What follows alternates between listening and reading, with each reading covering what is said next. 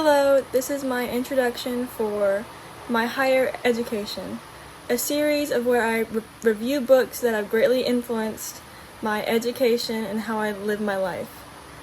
Big thanks to Dad for putting me on these books and embodying everything that is in these books ever since I can remember. Please enjoy! This is my book review and thoughts on Daring Greatly by Brene. So, Daring Greatly is a book about shame, how to combat it, and vulnerability. So, basically, this book is saying that when a person feels shame, they are more prone to not get better, to hide, to lie, and to deceive, to make themselves feel better about what they're doing, rather than versus when a person feels guilt or just guilt, because you can feel shame and guilt, but shame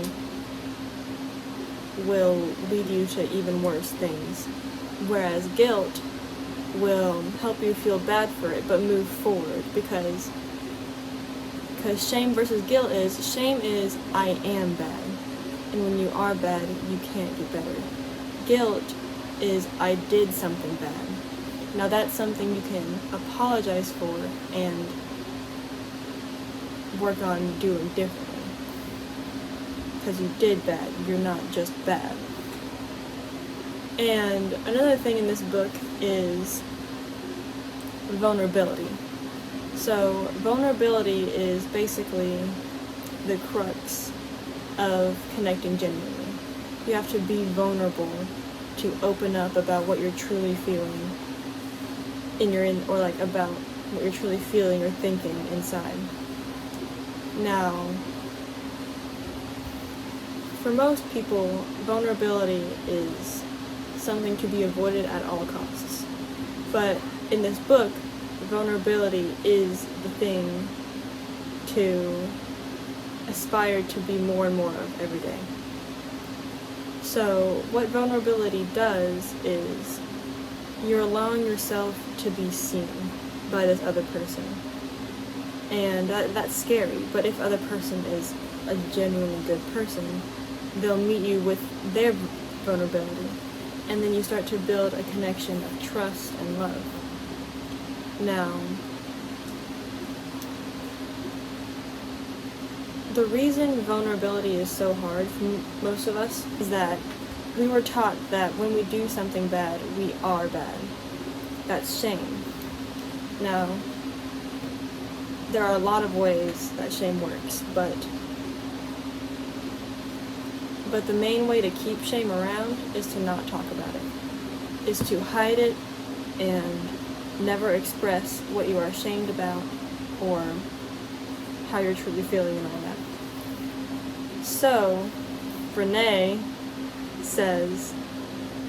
has kind of formed what she calls a shame resilience, meaning that when you're feeling distressed, like you can't do this, like you just want to go down a hole and never come out, the thing to do to practice a shame resilience is to reach out to your most trusted loved ones and talk to them about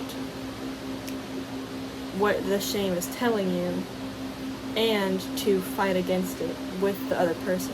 To talk about it and find someone who can relate to you in that shame state, but then also help to bring you out of it. Basically, when you're feeling shame, the best thing to combat shame is to be vulnerable and talk about the shame with someone you trust and someone you love.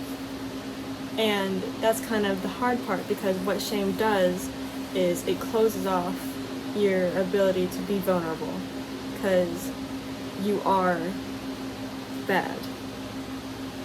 But shame resilience also helps you practice more guilt that you did bad. And so,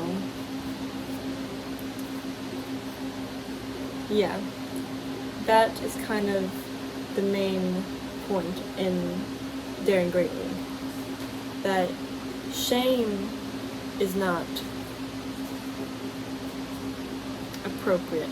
Well, it's an appropriate feeling, but you don't have to stick with shame. If you practice shame resilience, you can learn to be more vulnerable and better connected with the ones you love. Here are a few, and I also want to say a few of my favorite, specific things that she said in this book. So, this kind of relates to vulnerability and practicing your aspirational values and comparing them to your current actions. And that's what they call minding the gap. Minding the gap is when you take into account and are aware of where you are and where you want to be. Basically, your practice values versus your aspirational values. It's embracing vulnerability and cultivating a resilience for shame. It's practicing your aspirational values while being real about where you are and where you want to be, while trying your best to basically close the gap between your practice values and your aspirational values. And I think that is the perfect way to go about it.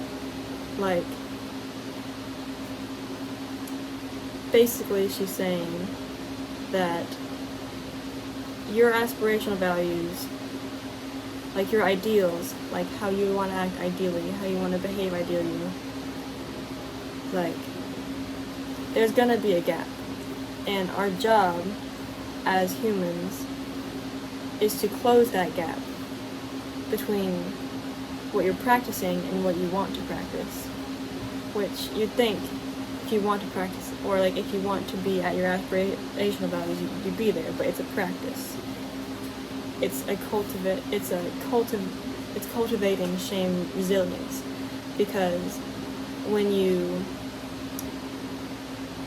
sometimes you can compare to where you're at, to where you want to be, and feel shame that you're not where you want to be.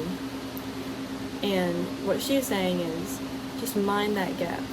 Practice shame resilience. Practice vulnerability. It'll be okay, as long as you correct yourself accordingly. And she points out that trust is built in very small moments in any interaction. You have at any point, you have a chance to turn away or turn towards this other person. And that's when trust is built, in the small moments.